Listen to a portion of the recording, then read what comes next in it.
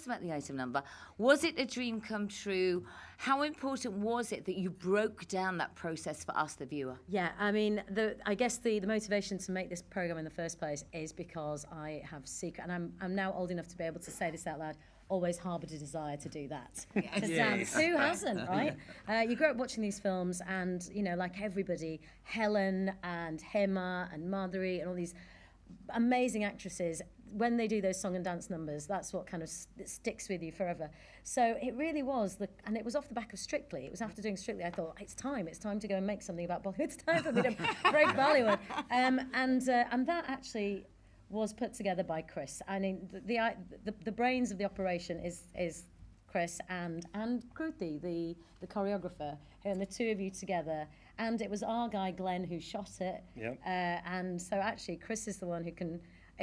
It's so difficult, and you really did stitch me up a little bit. We did stitch you up a little bit. Yeah. It was kind of early on, like Anita is such just a wonderful little bundle of energy on a shoot that it's like, let's find an excuse to get her on a roof in a sari with backing dancers, and there's no way that's not going to be fun. But you know what was interesting? That could have been just a very sort of schmaltzy, schlocky way of looking at Bollywood, but She did a good job, though, right? Not only a good job, but breaking down the whole fact that there are mudras, and so almost everything in both the episodes, I've been privileged enough to see both, are the look you sort of expect and then the exploration.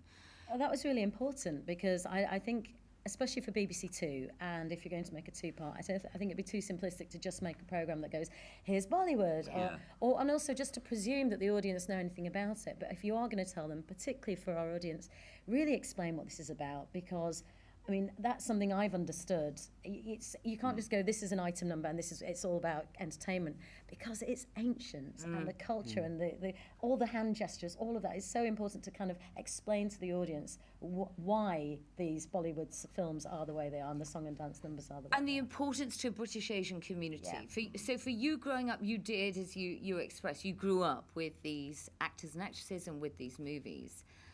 And Raj and Pablo, you talk to an audience of I don't know how many hundreds of thousands, probably much more than that, actually, on a weekly basis. But how important is Bollywood to them? So their show is called Love Bollywood on the BBC Asian Network. Do you know, Bollywood is like, it's the essence of being Asian. Wherever you go in the world, in the UK, you might not know that person, you might not know anything about, they might be like Marathi or Telugu, whatever. But if you mention a Bollywood star or a Bollywood moment or a Bollywood film, there's a connection. But not just even in the UK anymore. I mean, we have people texting us from Poland, from Moscow, Peru, from it's so bizarre. Places around the world. So, I mean, I think you mentioned this in what we saw. It's not just about escapism anymore. It is about enjoying the movie because of the singing, because of the dancing, and because now people are appreciating the amount of hard work which you've just shown that goes into making these movies. But if you think of India's like the largest democracy, it's becoming a world power, and it's got a movie industry. This happened with Hollywood in the 30s, as America became a superpower. You had the golden age of Hollywood, the Busby Berkeley musicals, and that's what Bollywood is doing now. Yeah.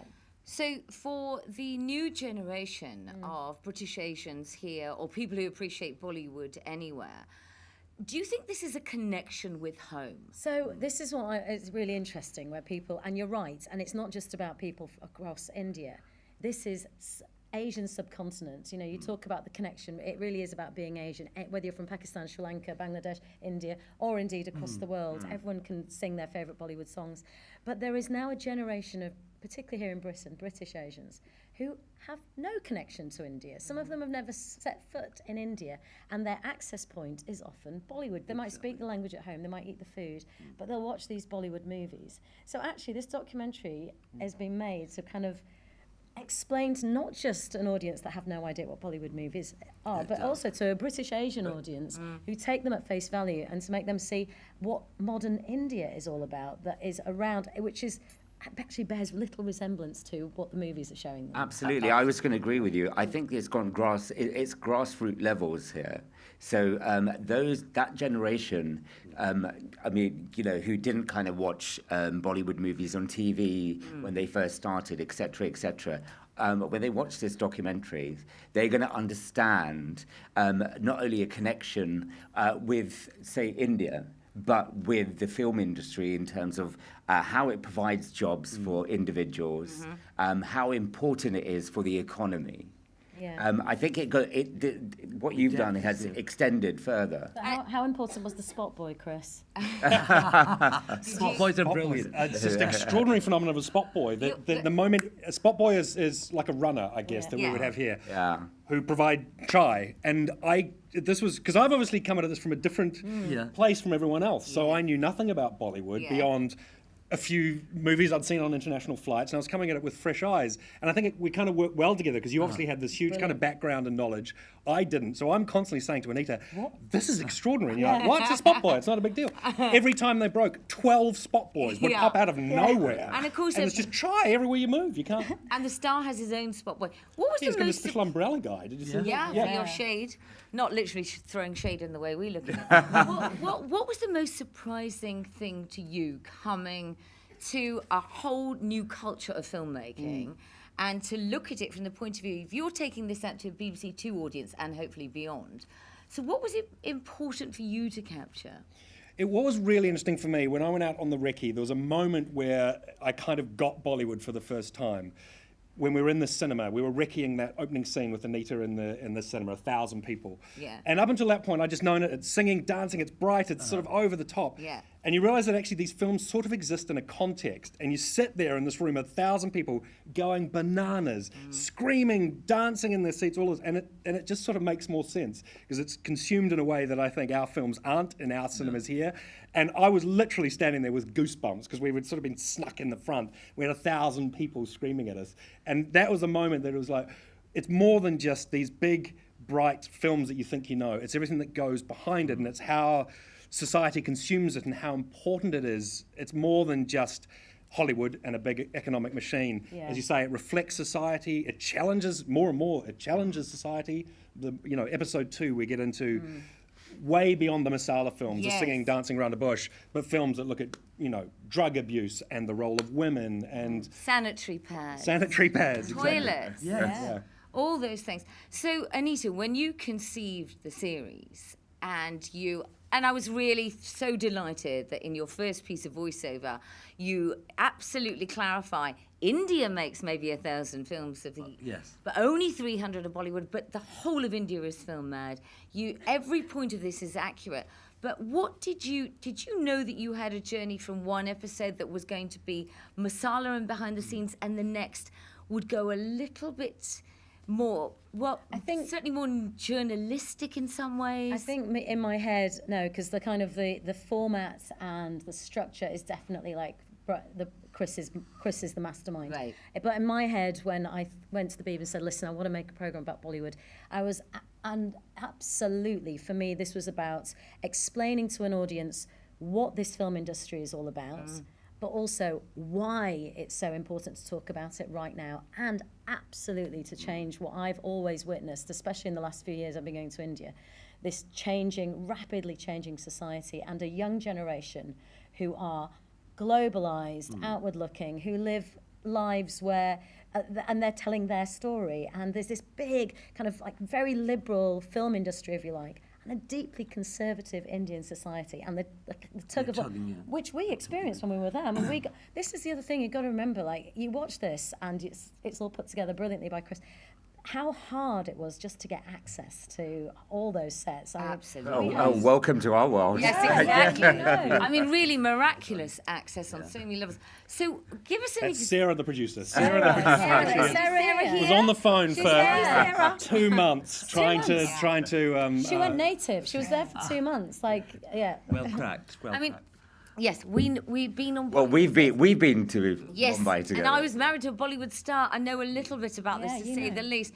To get onto those sets is extraordinary, but also to be telling a story at such a time of change must have been even more fascinating. So, tell me about some of the challenges then of actually filming. The challenges of getting the people, thanks to Sarah and everybody else on the ground there. But what were some of the challenges, Chris? Well, the schedules. I mean, it's mind-boggling that they happen. You saw that set of 500 people We got a phone call 2 days before we filmed that. That wasn't meant to be filmed for another 2 weeks. I just get a phone call from the exec of the film going, yeah, the director's decided to do that on Thursday. Do you want to come? And so our London production office was constantly like sort of cancelling flights, rebooking flights, and we arrived there and they'd wrangled 500 extras, like that dude who was just quietly having a coffee that afternoon and suddenly dragooned into being a Bollywood film. Yeah. And we saw that everywhere. It's just these things that you think, this isn't going to work. They're not going to do it this time. They're going to muck it up this time, and somehow, bang, it all comes together. Yeah. And the longer we spent there, we started going a bit that way ourselves. We became a bit of a Bollywood production. Yeah, of course we were. Fine, Anita, we'll We're work it fine. out. Yeah. We'll just rock up. And we were like, sitting in traffic going, it's all right, we've got time, we'll get there. It's infectious, isn't Yeah, it? well, it's the only way to make it work. But then, as well as all the magic that happens, we had to deal with the other side of it, which is we incredibly got onto the set of Padmavati, as it was then, which is the most controversial film that happened last year, and it was all unfolding whilst we were there. And we did. You'll see in the second part. There's lots of stuff as I was on set, but we were meant to get access to the stars, and they said, come and sit around. So we had, was it 7 hours we did, Sarah? 7 hours sitting around waiting. And the deference towards these stars, it's another world. Oh, it like- really, well, we saw the director come out, didn't we, Sanjay Leela Bhansali, for a cigarette. Nobody made eye contact. And we were all kind of going, literally no one made eye contact with the guy. No one would even want to until Sir was ready to talk. Tell me about, so the word is jugad. Yes. So I don't know how many people who speak Hindi understand that word, but would you like to just explain that and explain? Can anyone explain it? Well, I guess it's... you did a beautiful job in the second episode of being on the sets and seeing somebody put something together and explaining to you. I think everyone, I've been told there's lots of different interpretations, but my interpretation is that it's when things just come together. Or don't you know- improvise. Yes. It's people often say in India, you don't know how things happen, but they just do. So if you want something like, oh, we'd love a white horse or a pink elephant tomorrow, you just word goes out, and somehow by tomorrow, happen. Yeah. Isn't it usually chalo chalo karo karo? Exactly. And it's just the Indian way, and that kind of filters from in every aspect of society, not just in the film industry. Things can just, I think it's because they've just got so many people, and everyone knows everyone. So, Raj and Pablo, watching that, you've been in Bombay an awful lot. You talked to these movie stars. Tell me what the most surprising thing that came out of that first part for you two was. Apart from her item number? Yeah, exactly. I'll teach you later. No, for me, you captured the essence of it, the essence of the industry. It's that chaotic karma that happens, but everything comes together. But also, I have to say, you know what? You know how long we've been working with the BBC Asian Network. It took me back to when we first started. Yeah. You know, the waiting around, what you were saying now, going on set, meeting all these people, going, okay, is this what you really do? Because initially, it can be a bit of a culture shock. You can go, okay, you seriously just stand here for that long? Yeah. Whether you're a spot boy, whether, it's somebody holding a fan. And a star just arrives, and they do it, and they're gone. But the stars do realise that it's taken a whole day or 2 days of getting this together, and everyone's just waiting for that one. And even one shot can take Yeah. you've experienced it. It can take forever. We particularly loved meeting the Foley artists, guys. For I me, love was, that bit so Yeah, much. they were amazing, weren't they? And also to think it's that room. Anyway, so we mentioned and you saw some of the extras who were dragged in from coffee shops and God knows where in Jodhpur and wherever they were. But in episode 2 of the series, there is a whole lot of... There's more dancing from you, I think, isn't there? Is there more dancing? Fighting. Any opportunity to dance, Nikki, I'm But then you are on the sets for a slightly different type of dancing, not traditionally Bollywood, but Anita gets to meet some of these dancers. So Brits as extras in British Raj costumes for a period piece, and then a whole different type of, not extra, but very much a contributor.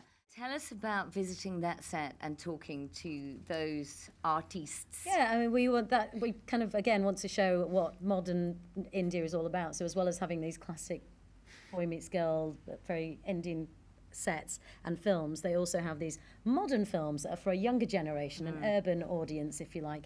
And so it was like last minute, wasn't it? It was last minute, and the funny thing is, it's so hard to get access. Once you've got access, You're in. especially because Sarah was so charming. Once you're in, you're in. And then so we're chatting to Bosco, who's an incredibly famous choreographer. cool. Yeah. I said to Bosco, "There's no chance we could chuck Anita in this dance." He's like, "Yeah, of course." It's like, sure. And so, did you bring your hot pants? Yeah. Yes, she did. 'Cause She was in Well, them. it's funny because they said to me, "Oh, it's a house party scene, and they might put you in it."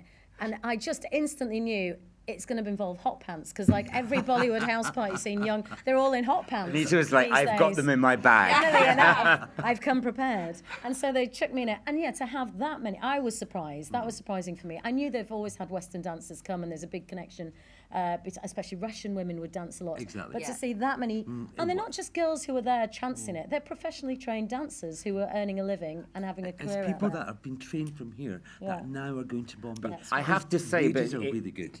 it kind of started with Upam Patel because Right, when the male model who went who's a out male model who set up an agency and then was in a couple of movies, and everyone from Leicester, I think, and everyone was saying, you know, he's not going to make it.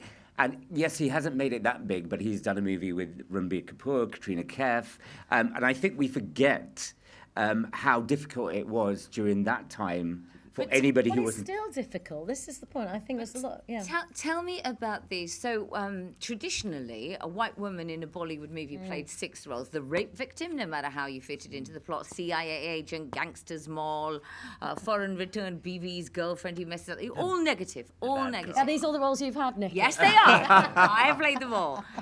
But so I look now at some of these scenes with the girls dancing, and I was like, is it only the white women who are shaking the boot? How does that all work? And what's the hierarchy on a set when it comes to those dances? Well, we watched it happen, didn't we? We did. I mean, Yeah. that was the striking thing for me going in there was how sexually charged it was. Like, it was like it was like a hip hop video. And it was hot pants and predominantly Western girls in hot pants, but both. And I mean, the really wonderfully incongruous thing, those 2 Essex girls, later in that clip, we found them backstage learning their Hindi lines Yeah. because they were the main stars of the actual thing, and so they're frantically trying to learn this Hindi. But it was surprisingly sexual for me anyway. Well, but I was saying because we spent a long time making this and talking about it. I mean, I don't think that's anything new in No. Indian films. I think particularly the song and dance sequences, they've taken whatever kind of Western thing is happening and incorporated it, whether it's kind of 70s disco Yeah. or 80s music. I mean, in the 80s, they were famous for just ripping off Western songs Yeah. and just putting the riffs Inspired by. in. Inspired, yeah. And the dancing has kind of taken on different like dance forms from the West. So now, twerking, why not? Bollywood is like a Hoover. It just sucks any culture, any dance, anything that's happening, reinvents it, and suddenly it's Bollywood. Good description. Good Yes. description. A So, Hoover. have we seen then over this decade a change, or is it exactly the same pattern that's happening?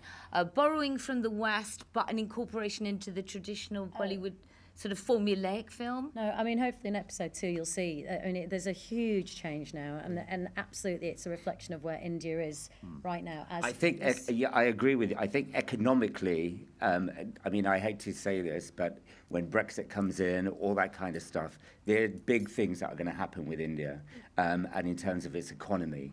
And I think that's going to, if you think about Bollywood, it's the biggest thing that brings money into India. Well, I mean, it's a huge part of their economy, but also the fact that you have these big metropolitan cities now with a generation who have grown up because of the internet and because the economy opened up in the 90s, consuming the stuff that we all grew up watching, right? So they want to tell their own stories. So you've got these great new young directors and actresses, not just actors, and we met them, right? Well, there's an We came- extraordinary stat that I think it's 1.6 billion people and 50% are under 25. Yeah, Which, wow. if you think about that, means that all of those old notions of old Bollywood and the singing and dancing in saris are starting to die. And I think the clip you're coming on to play is a good sort of example of this new generation of like, I'm done with what mum and dad watched. We want to tell real stories, and we want a bit more gritty, and we want something a bit fresher. Is the impression I got. So Anita got to go onto the set of a shoot that AIB were doing. So they are a comedy sketch collective. AIB means All India Bakchod. I won't translate that for you. Don't. They have had hundreds of millions of hits on their viral videos. Like the Saturday Night Live of India. if you Yeah. like, So I don't suppose I need to say a lot more, but this is them preparing a film that's cocking a snook at a Bollywood heroine. Have a look, and Anita can tell you more afterwards. Yeah, that's what I'm talking about. Exactly. That delights me more than anything, because I think I am not alone when I say I grew up watching these films, but when you grow up in the West and you watch these films and you watch them alongside all the other films that you watch that come from Hollywood, you can't help but sitting there and going, Mum, come on, really? She's got nothing to say for herself. I certainly did. So it is wonderful now that we've got a generation who are doing that. And, the same conversations are taking place in Hollywood, and it's happening in Bollywood as So well. somebody like Kangana, the Yes. actress that we Oh, saw. Who's huge Yeah. and controversial. But would you have one of the bigger heroines like Aishwarya or Deepika? No. Right. No, It wouldn't happen. So, but is a change of foot. But I think it's because she is already very outspoken. She's known, and she just doesn't She's a care. maverick. She is a maverick. And she's doing great at If you it. look at her wealth of work, you kind of know, really, she does not have to explain herself anymore.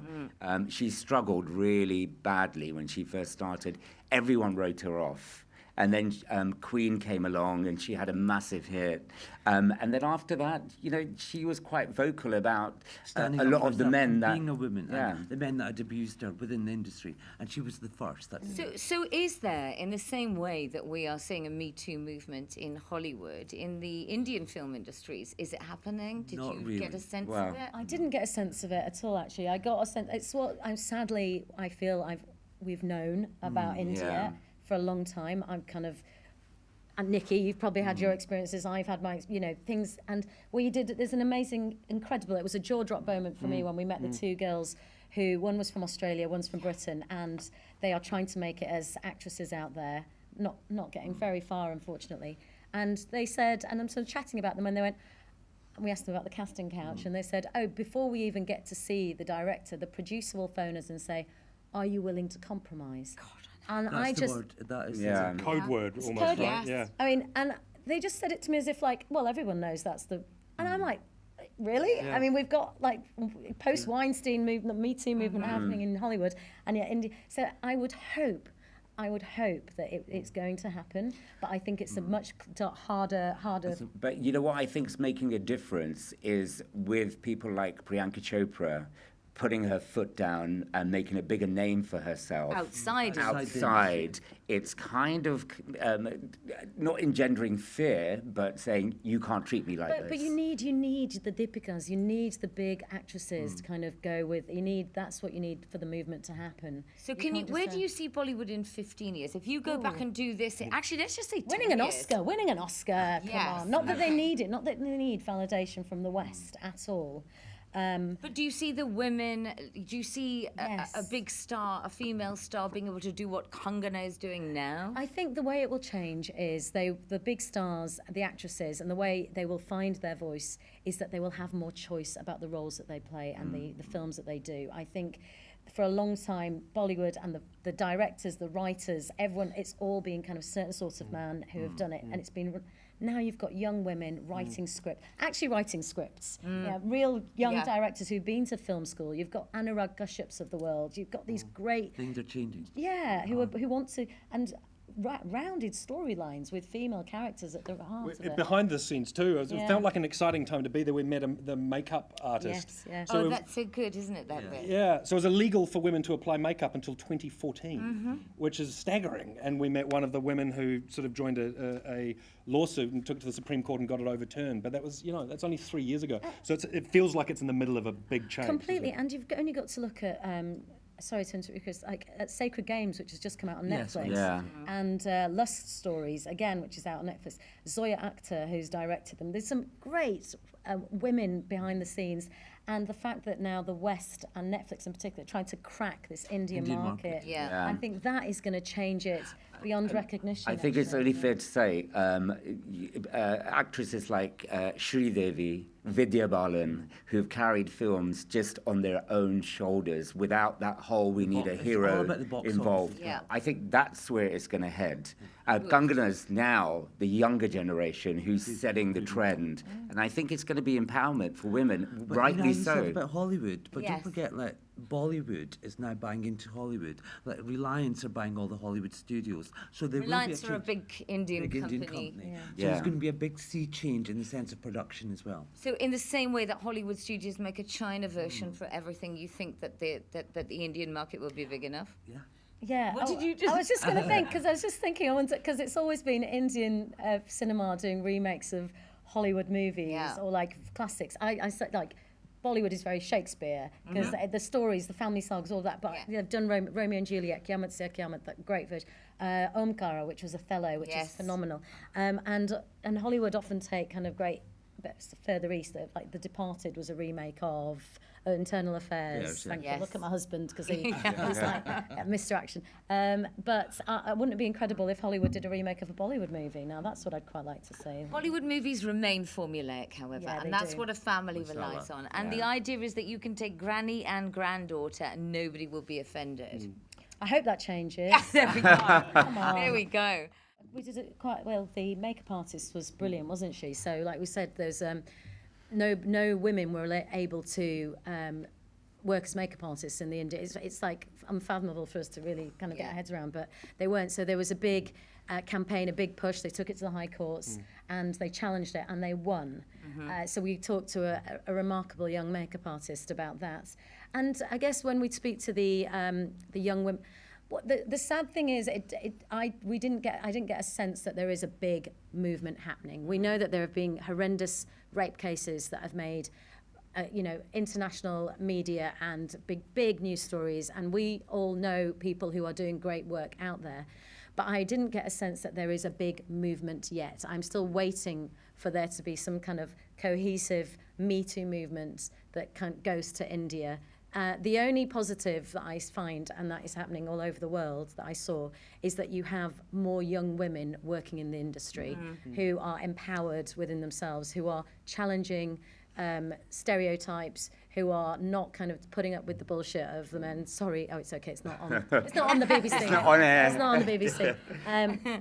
And they're just bypassing old school Bollywood completely. They don't even need to go there. They're making their own films, telling their own stories, and you've got great films that are really challenging convention with women at the heart of it. Yeah. That is how I feel that they are being empowered. Yeah, and you already saw in the first episode how many women were behind the scenes of some of these films. It was maybe the director Krish. We actually interviewed Kangana on set in Ep 2, and we were with the director Krish, who was 500 people, and he was just such this island of calm. And so I was constantly walking near him because we had desperately trying to get an interview with Kangana, and it was maybe 2:30 in the morning, in the middle of this big fight scene, 500 people, horses, fire, cannons, the works. And I sort of said, Krish, if you get a chance, it'd be great if we could get Kangana. And he goes, yeah, now's good. Cut. Literally 500 people sat down. We wander up there with our little cameras and sit down like this. Your mate over here really settles into an interview that I thought we are here all was night. so lovely. About 20 minutes into the interview, I feel 500 eyes on the back of my head going, you understand we're making a film. So finally sort of do the wrap-up sign to Anita, and we finally stopped. And it was a fantastic interview with Kangana. But it was amazing that in the midst of all this, there's just so much calm that if you can imagine being at the helm of 500 people, I'd be beside myself. And the power of Krish. The power of and Krish. it was what, 2 in the morning when that happened? And not just did we get the interview, 2 chairs arrived out of nowhere. Spot boys. Listen, I had waited a long time to interview Kangana. I was not. 500 guys waiting for me. I did not care. I was Settling right into You that. know what? Getting my If you have to interview. flip it over, because I know that Raj and I have been through this a lot of times. What was the worst? Where were you pulling your hair out going, 7 I hours can't. on, That's on the the sets brilli- of Padmava. Yeah, that's the brilliant thing about telly. You'll never see. Yeah. There's the bit. I mean, yeah, there's a lot of waiting around, Yeah, it's but it doesn't matter because that is absolutely part of the experience. Yeah. It's part of the team building between us and the team, Yeah. and that's where you drink the sweetest chai. Just make, and that's all part of the experience as well. What was the most surprising bit? Oh God, the Foley artists were amazing. I mean, dancing on the rooftop was absolutely, I think, one of the highlights of not just this, but I think a personal kind of career highlight. Watching Chris and Glenn, the camera, and all of a sudden we've got a track and we're making a movie on a rooftop. I can't wait for all the Asians in Britain to see the Vagina thing because everyone will be reaching for the remote control. So we've all been there. Well, I do say that, you know, the most risque thing that used to happen was a wet sari, which, by the way, we laughed that there was no kissing. But those wet saris and the dancing was so much more sexual. suggestive. So, like overtly sexual. Yeah. So there's all that. It's funny because there is a film called Delhi Belly, right, which is this great Judd Apatow-esque. You can watch it on Netflix. It's a slacker movie, and it's set in Delhi. It's made by a young filmmaker, and I was like, right, mum dance, let's watch Delhi Belly. And I'd watched it about 2 years ago, and I'd forgotten how much swearing and just how much sex is in this movie. Don't watch that film with your parents. Thankfully, you got away with it just about. But I think the recent one was Viriki Wedding. I've not seen that Well, yet. there's they a were- masturbation scene in Yes. it. Yeah. Anyway, you can watch both these episodes with all your family without worrying.